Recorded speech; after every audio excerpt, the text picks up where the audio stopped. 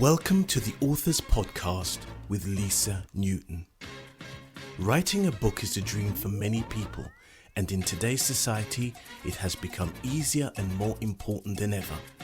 If you are an expert, speaker, coach, or an authority in your field, having a book is the new business card. It can increase your credibility, enhance your status, and make you the go-to person in your field, opening doors and bringing a flood of opportunities straight to you.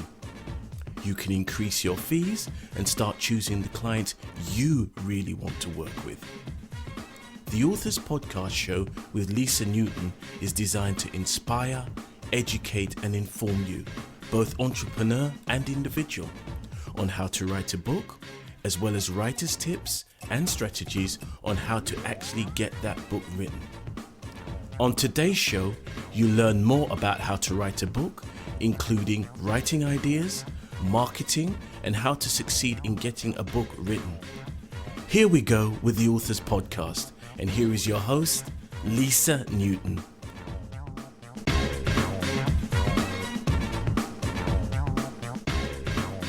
Welcome to another episode of the Authors Podcast.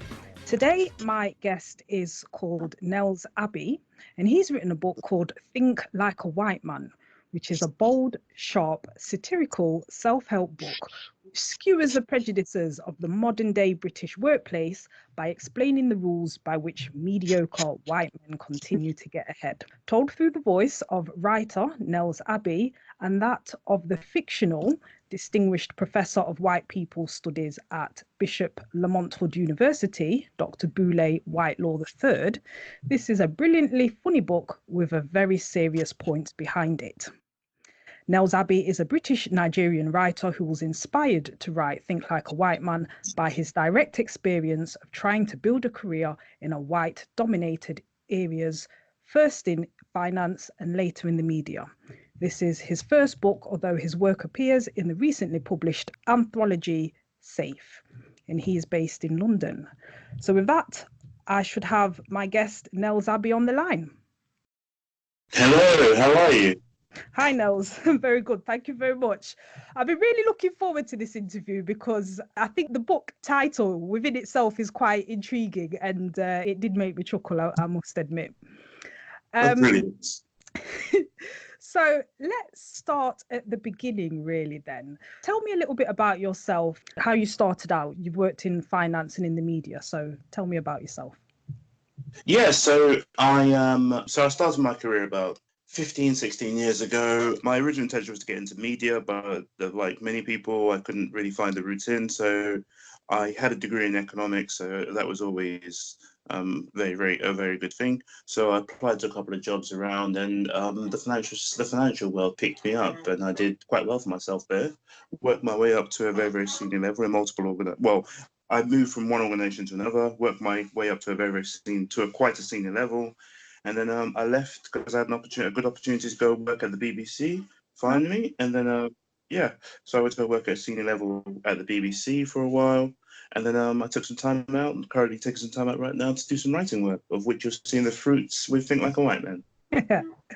And so for how long did you think about writing this book to when you actually started writing and then to when you actually finished? Because sometimes people have these ideas and I'm intrigued. So how long did it take you to actually get into it? It's a good question, actually. So at any given time, I've always got about 6 or 7 ideas that I know I need to work on eventually. And this was one that was there for a while. I would say for a long time, it crossed my mind that, look, I should really write a book on being back in the corporate world and the realities of it all. So it was quite a while before somebody reminded me the other day, Natalie Carter, who runs Black Girls Book Club. The other day, she said that when I met her in about 2010, that I spoke to her about the book then. And it really made me laugh that, wow. So it was on my mind at that point. So from at least 2010, which is the bookmark that Natalie provided, I had the idea in my mind, but how to actually really get the idea down and with the best vehicle to get out and the best method of actually doing so, that took me a lot longer to really get down. So I think it was about another 6-7 years, so 16 before I really started writing it seriously. Yes. And I think it's very interesting that you've used a fictional character, as a method to get the idea across. Yep. So how did that come about? Is it based on someone that you know, or did you just think, oh, this will be a good way to get across what it is I'm trying to say here? I felt that so there's many things going on there. If I was to ask you a question, Lisa, you run an authors podcast. Can you name another Black British satirist? No. Exactly. So I thought to myself, okay, look, this is and it's something I've been doing for a while.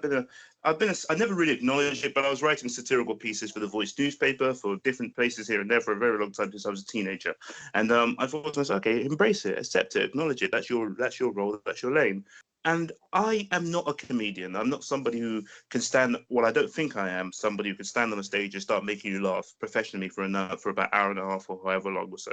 I could probably do it for about 2 minutes before I start to sweat and run away. I felt that, look, I just wanted to write something really, really original. I wanted to write something that was very different, a departure from what we'd seen as from Black writers in Britain. And I think that would be true of anything I write in the future. So I was then looking for the best way to really get this story across, because I felt that if I just wrote a what it's like to be Black in the corporate world book, which I could write, it would be very boring, it would be dull, it would be dry. You'll complain about racism, you'll cite statistics, etc., so on and so forth.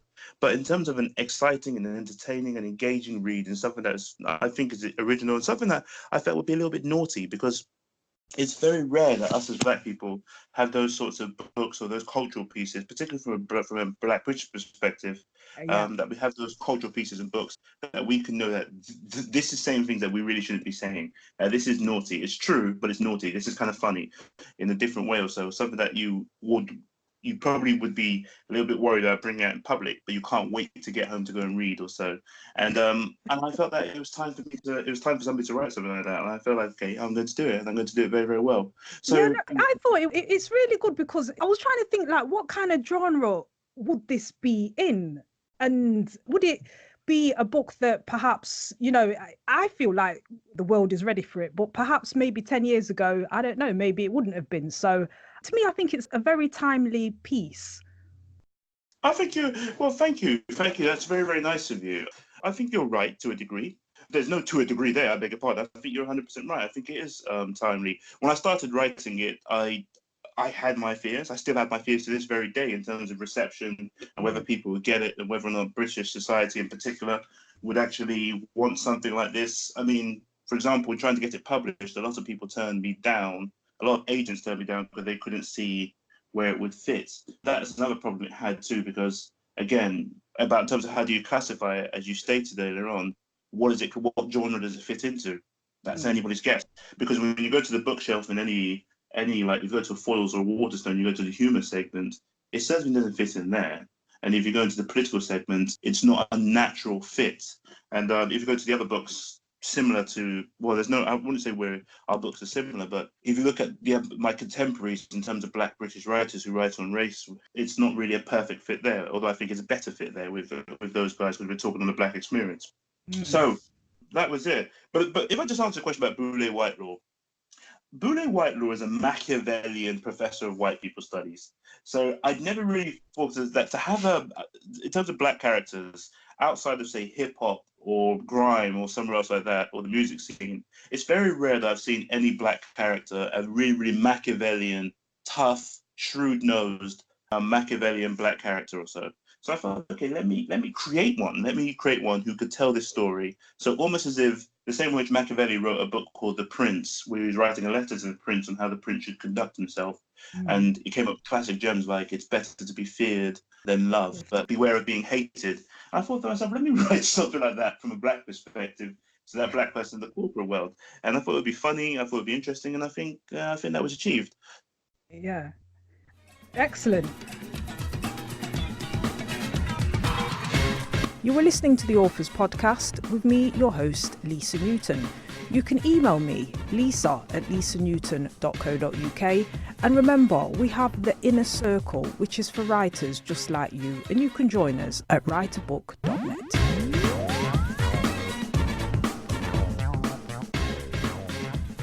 So if you're just tuning in, I am talking to Nels Abbey, who is the author of Think Like a White Man, which is a bold, sharp, satirical self-help book. When you say self-help, so would you say that this book is aimed at Black British people, or do you think it would be quite relevant in any English-speaking world, for example, in Canada, in America, in Australia?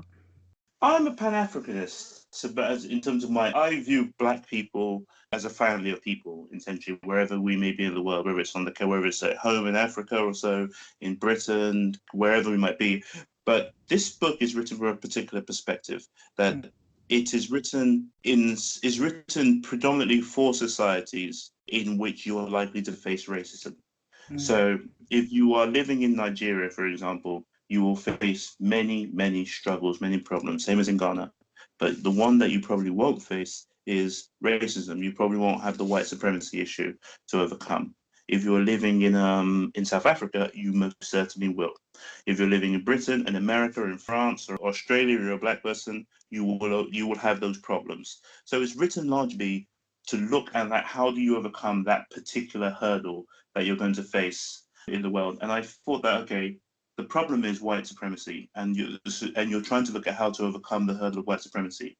So I decided to pick the whitest place you could possibly inhabit to get over that, but to exemplify that problem, or to metaphorize that problem. And I picked the corporate world for that purpose too, because I felt that, look, if you want to really look at racism, the place where most people would face racism or would be in the corporate world, because that's where you're likely to have the most interaction, and it's likely to have the most authority over you. So that's why I chose that arena.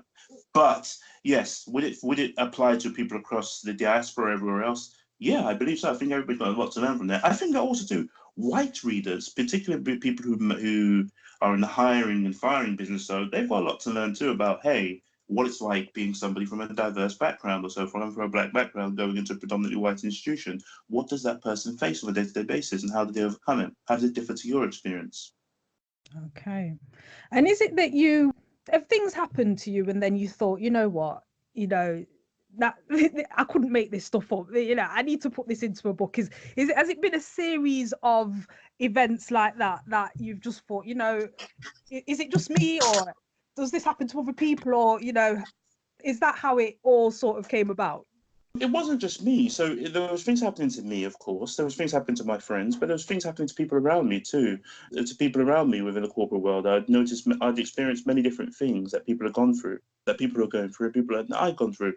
And I couldn't help but notice that some of this stuff was completely weird, and completely strange. And how do we deal with it? How do we deal with it? How do we overcome it? So I observed those things. And some of them were really, really funny things. For example, yes, it was not. So my first day on the job, everybody mistook me for a security guard, started showing me their ID cards. Now that was not a comforting experience. That was not a nice experience.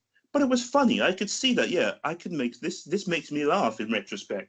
There'll be other times too. I don't know. You go to a Christmas party, for example, and year in, year out, one particular woman at the Christmas party, who was always a bit staunch and stush in the office, always a bit like hard nosed in the office, but she'd always want to dance with me at the Christmas party, and she'd want to always do a risque type. Before twerking was popular culture, for some bizarre reason, she'd learned how to twerk, and she'd want to kind of twerk on me. And I felt like, okay, maybe she's trying to demonstrate her liberalism in a less formal environment.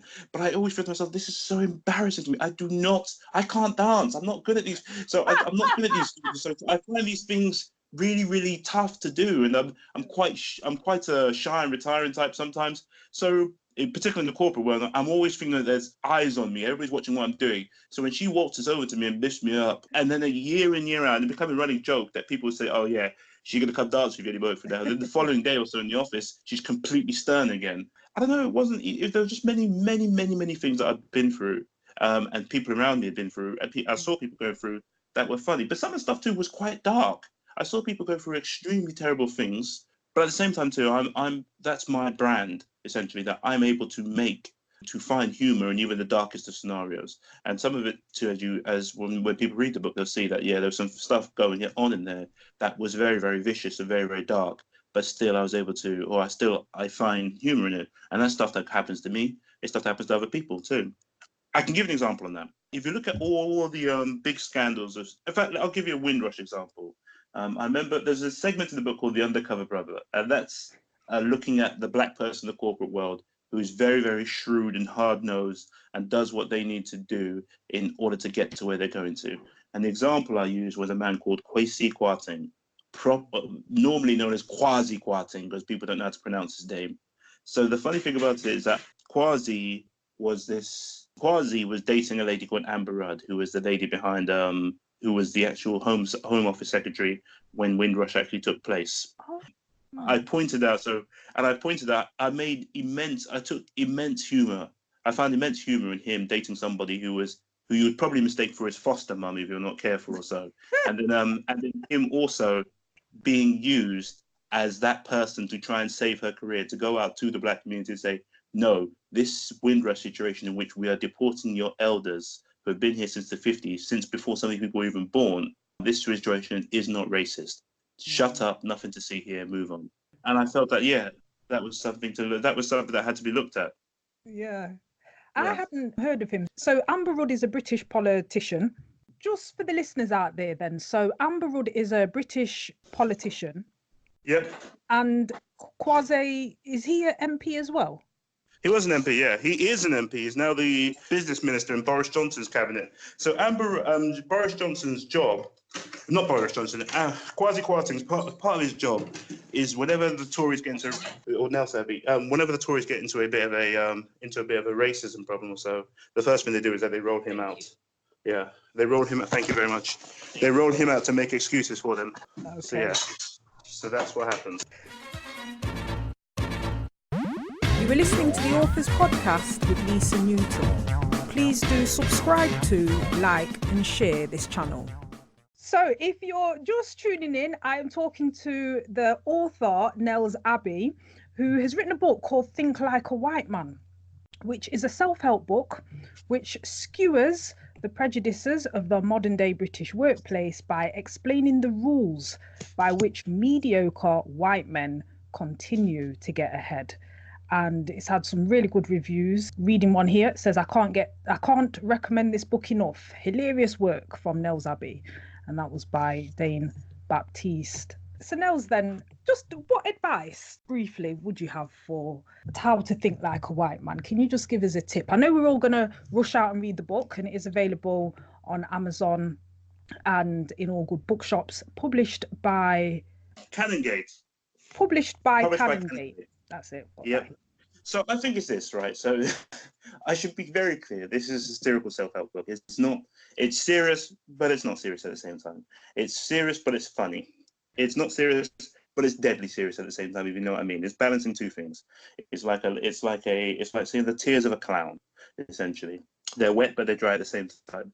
So I must make clear, I do not think that anybody should think like any old white man. That is useless.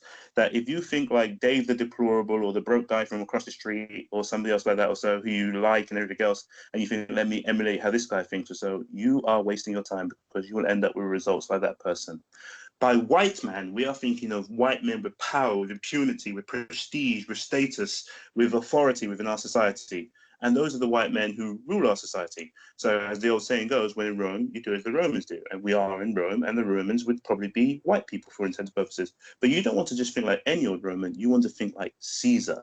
So, and I think the key thing that Caesar thinks of, or the same key thing that a Boris Johnson or a Donald Trump always thinks of, the underlying thing that always goes through their minds at any given time, who is demonstrating their actions, is that winning is all that really matters. And it doesn't matter how you win or who gets hurt in your route to winning.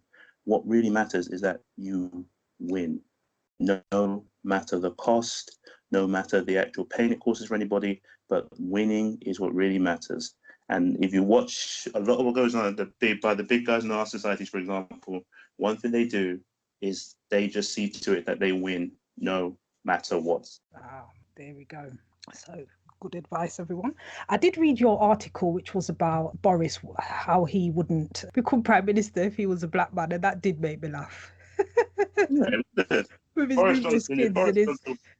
Boris Johnson, can you imagine a black man with multiple baby mothers around town who no one really knows, how many baby mamas he has, and he left his wife for 25 years for a woman 25 years younger than him, who was outside number 10 with his girlfriend or so, and the police had to come around to his house a couple of weeks earlier to stop him from to stop his girlfriend from screaming her head off and everything else. It's impossible. That Boris Johnson is possibly the most black stereotype you can think of.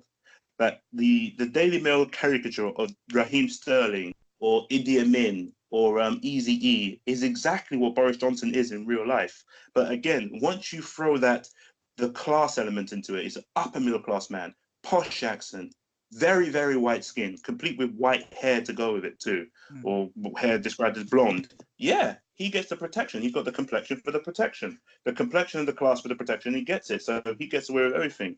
The first thing that would have been said about, say, if the Nels Abbey showed up, or for example, I wanted to become prime minister, the first thing that would be said was, hey, the first thing that people would be considering, what's his relationship like with women or with men? Is he gay?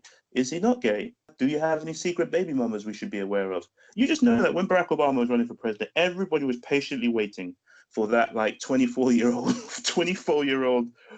skinny white woman who he had on the side or so, but she never existed. But everybody thought it would be there for some bizarre reason, but they couldn't really think. They thought that stereotype that had been created for them in their heads was something that was real and true. But the reality of the matter is that stereotype is just projection, because, as we all know, black men don't cheat. It's very much a white male phenomena. For example, if anything, as Fela Kuti puts it, if you go back to back home, you'll often find that men, for example, have multiple wives. That some of them, or they'll have multiple wives, or would have had successive wives over a particular period of time in polygamous societies.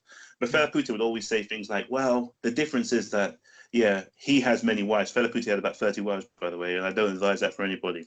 And he would say that I have 30 wives, and I'm honest about it, but the European man will have 30 girlfriends and one wife at home, and he'll be lying to his wife that he already has her. That would just, the difference is honesty. And I thought, the difference is honesty, but also lunacy to a certain degree. But it's the way it is. But yeah, but Boris Johnson, if he was black, would not ever be in number 10. It's impossible. So I'm talking to Nels Abbey, author of Think Like a White Man. Just to wrap it up then, Nels, are you writing anything else at the moment? Yeah, I'll always be. I'll be writing to the day I die. There's no doubt about it. As long as I have, even if I don't have fingers, God forbid the thought I lose my fingers, I'll use my tongue to type. But I'll be typing to the day. I'll be writing to the day I kick the bucket. So yeah, I'm working on a new project right now. I was contacted by a very, very senior member of the Conservative Party to write his biography, his autobiography with him. So I'm writing the autobiography right now, Britain's first Black Conservative Prime Minister.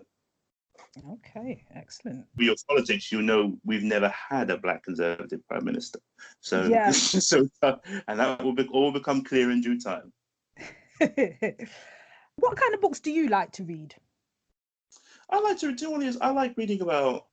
reading non-fiction principally. I like reading about non-fiction because I think that often the best stories are the ones that, I mean, you'll always struggle to beat the creativity of God, to beat the creativity of nature or so, to beat the creativity of the social society as it is. So often with fiction, for example, we're just mimicking, even with science fiction, we're just mimicking what's going on in real life. So I like to go to the source and find out what is really happening. So I like reading about people's stories, people's ideas, people's thought processes, and how they overcame what they overcame. So I find inspiration in that. But also at the same time too, I really do like reading, particularly in recent times, I like reading work by Black authors. My favorite author is a bit unorthodox because she's actually often writes about fiction. But my favorite author the author who inspired me, that made it clear to me that I could be a writer and I could be very, very creative in my writing, was a lady called Sister Souljah. And she wrote the book. Oh my goodness. And she wrote the book, The Coldest Winter Ever. Yeah. That book changed me. That book made it clear to me that, because it's one thing when you're reading an Orwell, who is, of course, great with a metaphor, or a great satirical, or Mark Twain, or even the Chinua Achebe. But those guys were so fantastically canonized, or so fantastically high up there in society or so. But reading Sister Souljah's book, The Coldest Winter Ever, because it was hip hop. It was my generation's soundtrack.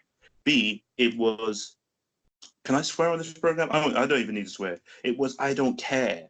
It was, as Little Nas X was, it was Can't Nobody Tell Me Nothing. It was revolutionary. It was very, very different. And it was a story of a young girl making her way through the tough streets of America and trying to find a way in life. And it was written in such language, in such a way that I thought you could not actually write books in. So it had such an impact on me that creativity is so personal, it's so different, it's so vast that it's something that had to be embraced by me. So I really enjoy reading Sister Soldier's work. I really enjoy reading a lot of the street literature guys as much as I do reading the elite literature guys and so on and so forth. So yeah, I like people who are very, very good in language, but also to have their own style and own way in which they're doing things.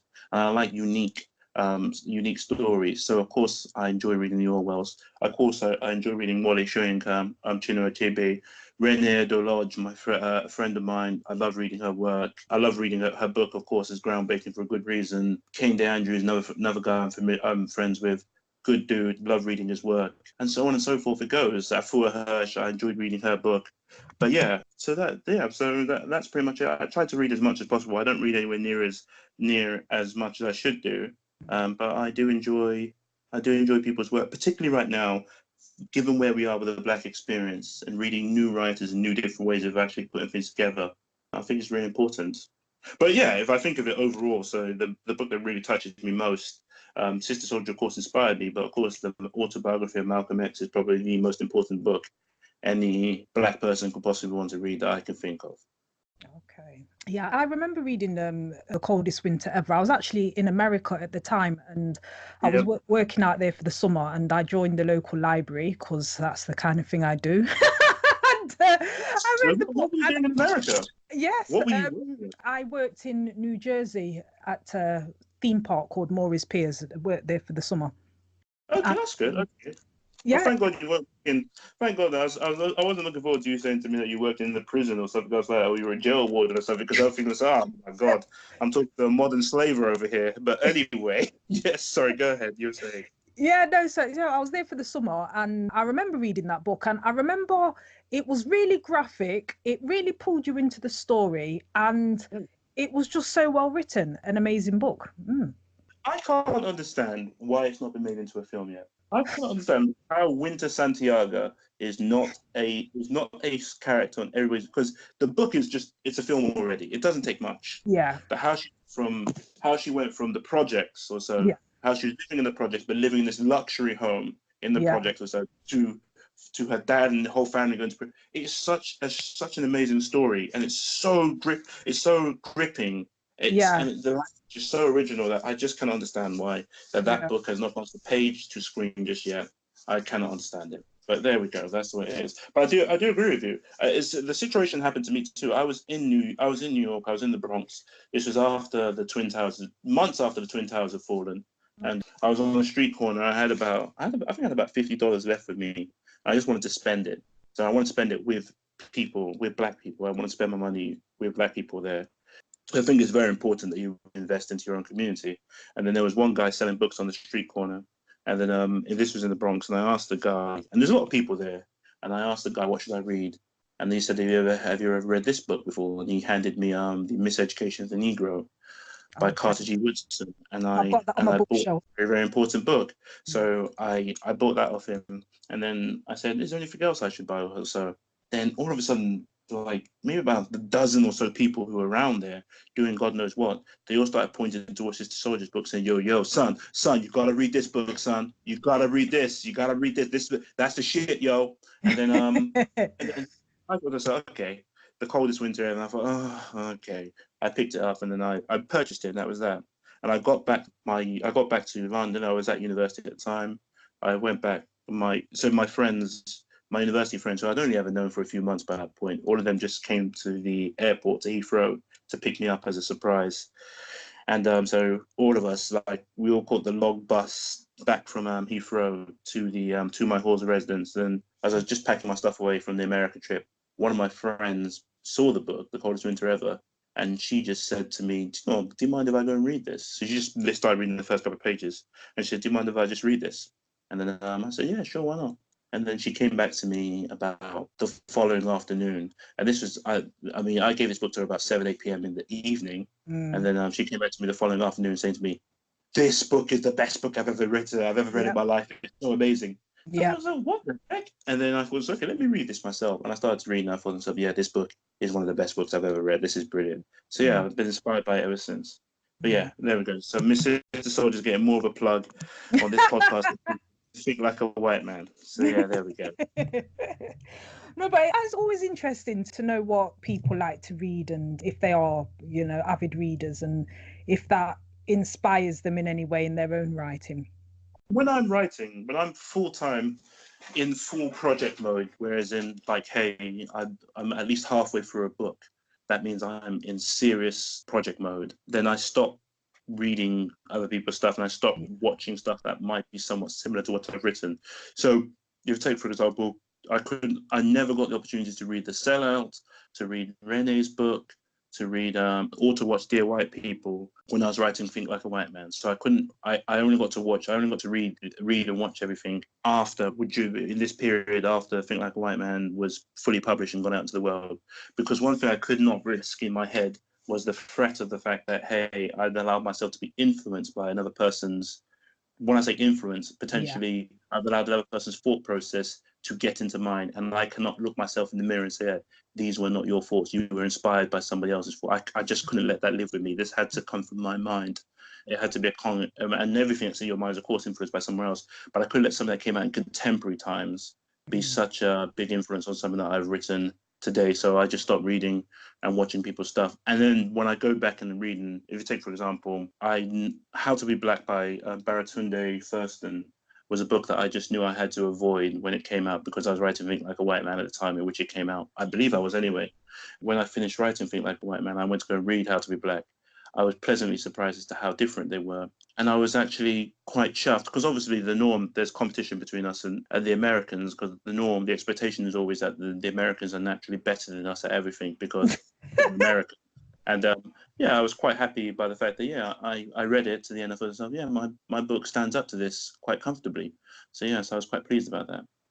I think what you're saying is interesting about other people having other ideas, because sometimes when I speak to people and they have an idea for a book of some sort and they think, oh, well, someone else has already done it. But I say, no, everyone's got their own twist. Everyone's got their own ideas on a subject matter, and you should never be put off, because look how many books there are out there on, let's say, money and finances, for example. It doesn't stop another book coming out there. But I think yours is quite unique, I think, in that sense. Because I think it's good too. I agree with that. I agree with that too. I think that's 100% true. I remember once I was speaking to a gentleman and we were talking about something about, I had this idea that I was going to write. I might do it in the future, but I don't know. It's an idea that kind of fizzled off in my mind a little bit, but I'll give it away if somebody else wants to run with it. They could just pay me a percentage fee. But the key thing, so there's an idea of writing a book. So diversity schemes, and there's a lot of them around right now. A lot of them are actually quite farcical. So I was thinking of actually writing almost like a book about diversity schemes from the perspective of the diversity scheme. So I'll call it something like The Dark Man Rides the White Horse, which is of course about the four horses of the apocalypse. Yeah, so I thought The Dark Man Rides the White Horse or so, and I thought to myself that would be a good metaphor for it as a title, but then it would be written from the perspective of the diversity scheme, and we'll call it literally Diana Diversity would be the name of the author. And we'll literally just look at it, whether the diversity scheme is narrating exactly how these things, what really goes on in these schemes and how it really happens and everything else. So like, I don't know, you start there day one and you think you're about to be a big shot and everything else or so. And then all of a sudden the CEO comes out, takes a picture of you and you think to yourself, oh yeah, this is so amazing. I just took a picture of the CEO. And then the diversity scheme actually points out that what this person doesn't know or hasn't been thinking of is that it's very abnormal for the CEO to come out and take a picture with any member of staff on the first day of actually doing this is principally for senior diversity schemes, by the way. So it's very abnormal for the chief executive to come out and take a picture with new members of staff. That what essentially has happened is that you think that your career is going to go up in bounds from that moment onwards that you've taken a picture. What you probably don't know is that you've just peaked. That after that picture, everything goes down there, because the purpose is that picture. The purpose of the diversity scheme is that picture. That's it. That's what they're after, the publicity of it, or to show they're doing something. And once you've taken that picture, so downhill it goes from there. So again, it's going to write from the perspective of experience and everything else, satirical. But I just thought it'd be interesting if you actually expose what these things are like and hopefully try to trigger some degree of change, using satire again as a vehicle to do so. Well, I actually think that there is a sea change. I think since all of and being in the UK, we do sort of take our kind of direction sort of from the USA, but there was a lot of police killings, then there was a lot of Black Lives Matter, and I think that race has become, I think it's quite a prickly subject, or can be. But I fully expect there to be more books sort of around this kind of area, but sort of not in a way that we've ever seen before. So before it's always about, perhaps history or I don't like the Black experience, if you like. But I expect there to be more books that are going to be more sort of tongue in cheek, because if you kind of can't beat them, you join them. And you got to laugh or you will cry kind of thing. So when I'm listening to radio shows and things and they talk about race, what has struck me particularly recently these past few years is how there seems to be all of these incidences are about race and all the rest of it, but yet no one seems to be racist, if you've noticed. And our debate is not about what actually happened or what was said. It's, oh well, that's not really racist because, and I kind of tear my hair out at that. I just think, well, everyone, all this racism, but yet we can't find a racist out there. Yeah, I feel that you're right. We've got a situation where there's racism without racists. Because again, what's tended to happen is that racism has become like the air, like the oxygen that we breathe. No one's conscious of it, but it's just there. So, and it benefits some people and kills others. Yeah, and that's why, because again, when you start to try and remove actual racism from the systems, the people it benefits, they know deep down it benefits from. That they benefit from it. They know. There's no doubt about that whatsoever. They know that, look, that this environment. So I've been there before, in which I've been there and explained it in the book, even, in which people would, when it came down to bonuses or came down to pay or it came down to promotions, came down to everything else, that the people within those environments knew that they were benefiting from it. There was no doubt about that whatsoever. To then expect those people who go on to have their own children and think to yourself that, well, why should my children compete on a fair basis with these other people, for example? That's not going to happen. What they want is a situation in which they can maintain some degree of extreme advantage, and that's the way it goes. And anything else extreme advantage is the right word, and that's where it goes. And anything that actually anything that balances the scale, that tips the scales of that advantage in a different direction or so, is not seen as a good thing. Case in point, America had Barack Obama in power for 8 long years, and everybody thought that, here we go, this is all good from here. From this point onwards, we are the only way is up. Everything's all beautiful. We are an amazing, beautiful country, and more diverse, more everything else. And then, after that, they found the biggest racist you could possibly think of, and they put him in power immediately after that. Britain, for example, we do the race fluctuations significantly perhaps better than anybody else. The year before the Olympics, in 2011, we had the biggest riots we've seen for a generation. And it's triggered by the murder of a black man in Britain, a black man in London. And it spread right there across the country. Don't get me wrong, a lot of it was opportunist. But a lot of it was opportunist in nature in terms of the riots. But in terms of the initial trigger, that was heartfelt, that was serious. But what happened after that? The next year or so, Britain portrayed itself to the world as this loving multicultural society by virtue of the opening of the Olympics, which I can't understand why anybody bought into that. But they portrayed themselves to the world as that. And everybody thought, this is who we are, loving, multicultural, everything else. The exact moment that Britain was actually doing all, showing the world how loving and multicultural and diverse we are and everything else, Theresa May was somewhere plotting the hostile environment that led to Caribbean black British citizens, elderly Caribbean people being deported from Britain. It's unbelievable. So racism is a very, very deep and duplicitous situation in which if you don't understand it, you'll get burnt by it. Because often people think that progress is final, or lack of progress is final too. That no, it's not. Sometimes things can be going so well, and the next moment you take the wrong left, and bingo, it's over. There you have it, listeners. I'd like to thank my guest, Nels Abbey. His book is called Think Like a White Man, Conquering the World While Black. and it's been published by Canongate. It is available in hardback and ebook format. And then for the listeners out there, Nels, how can we get hold of you to send you fan mail and tell you how amazing your book is? You can send me a picture of your receipt of the book at my Instagram. I'm joking. You don't need to send me a receipt of anything. You can.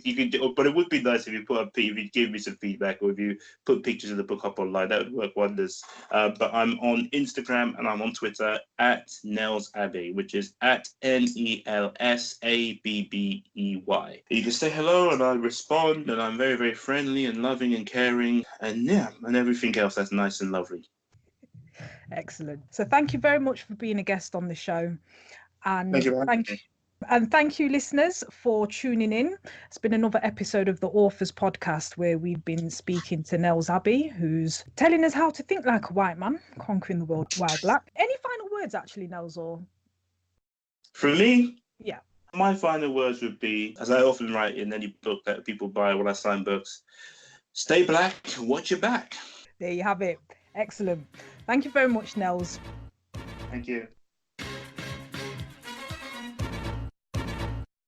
You have been listening to the Authors Podcast with Lisa Newton, sponsored by Boogles Limited. Tweet the show at Boogles_books, spelled BOOGLEZ_books. You can also contact your host via the email address lisa@lisanewton.co.uk. And if you want to join our authors community, join the inner circle at www.writerbook.net. You have just been listening to the Authors Podcast with Lisa Newton. See you next time.